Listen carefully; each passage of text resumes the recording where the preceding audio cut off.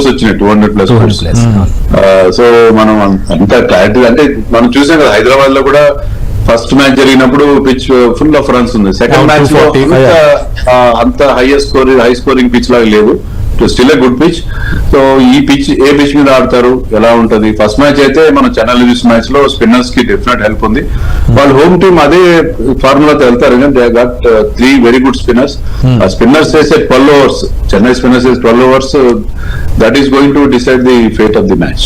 వెంకటేష్ గారు, చేజింగ్ లో కొంతమంది సక్సెస్ అవడం చూసాం. ఈ ఐపీఎల్ సీజన్ లోనే కొన్ని టీమ్స్ సక్సెస్ అయినాయి అండ్ కొంతమంది చాలా నిరుత్సాహపరిచారు, చేజింగ్ లో తడబాటుకు గురయ్యి. సో ఈ రోజు ఒకవేళ అదే పరిస్థితి వస్తే చేజింగ్ లో నిలబడగలరు అంటారా ఏ టీం అయినా సరే?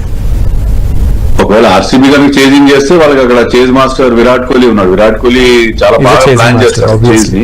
సో ఒక ఎండ్ లో అతను ఉండి మరో ఎండ్ లో వాళ్ళకి మంచి మంచి హిట్టర్స్ ఉన్నారు. ఒకవేళ చెన్నై ఫస్ట్ బ్యాటింగ్ చేసి పెద్ద స్కోర్ చేసినా కూడా వాళ్ళకి పిల్ సాల్ట్, తర్వాత Rajat Patidar, Liam Livingstone, Tim David లాంటి బిగ్ హిట్టర్స్ ఉన్నారు. సో వాళ్ళు ఒక ఎండ్ లో క్విక్ రన్స్ కోసం వెళ్ళినా మరో ఎండ్ లో విరాట్ కోహ్లీ ఆ చేజ్ ని కంప్లీట్ చేసే అవకాశం ఉంటుంది. సో చేజ్ కనుక చేస్తే టాస్ గెలిస్తే అది డెఫినెట్ గా అది ఆర్సీబీకి అడ్వాంటేజ్ అవుతుంది. Because they are very good at chasing. Yeah. So Karthik గారు, 2008 లో ఆర్సీబీ నెగ్గింది. ఇట్స్ ఆల్మోస్ట్ 17 years తర్వాత ఇప్పుడు మళ్ళీ మ్యాచ్. సో ఆ ప్రిపరేషన్ కూడా అంతే లెవెల్లో ఉండే అవకాశం ఉంది ఆర్సీబీకి. అండ్ ఆబ్వియస్లీ సిఎస్కే తన పంతాన్ని నిలబెట్టుకోవాలని అనుకుంటుంటుంది. సో ఈ రోజు ఆ విషయంలో ఆర్సీబీ ఎంత ప్రిపేర్డ్ గా వచ్చే అవకాశం ఉండొచ్చు? డెఫినెట్లీ. అంటే మనం ఫస్ట్ మ్యాచ్ లోనే చూసాము the way they played against Mumbai. So I think like చాలా ప్రిపేర్డ్ గానే ఉన్నారు ఆ టీమ్. అండ్ ఎస్పెషల్లీ నా ఉద్దేశంలో లైక్ విరాట్ కోహ్లీ మొన్న లైక్ మంచి ఇన్నింగ్స్ లైక్ ఆడటం, విన్నింగ్ ఇన్నింగ్స్ ఆడటం అనేది ఒక అడ్వాంటేజ్ ఇవాళ ఆర్సీబీకి. So we are going to see more and more like ఒక sparks coming up from Virat Kohli ఈ మ్యాచ్ లో కూడా. So let's see like how things will shape up. Yeah.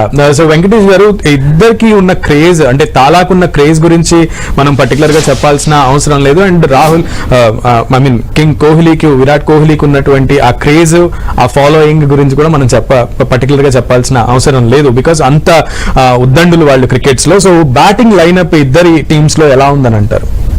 ఎలా నడిపించే అవకాశం ఉంది? చాలా క్రేజ్ ఉంటుందండి ఈ మ్యాచ్ లో. ఎందుకంటే ధోనిని చూడడానికి వస్తారు, విరాట్ కోహ్లీ. ధోని అండ్ విరాట్ కోహ్లీ ఇద్దరు ఒకే మ్యాచ్ లో ఆడుతుంటే ఇక్కడ బ్లాక్ లో టికెట్లు అమ్మేవాళ్ళు కూడా రేట్లు చాలా ఎక్కువ పెట్టే పరిస్థితి ఉంటుంది.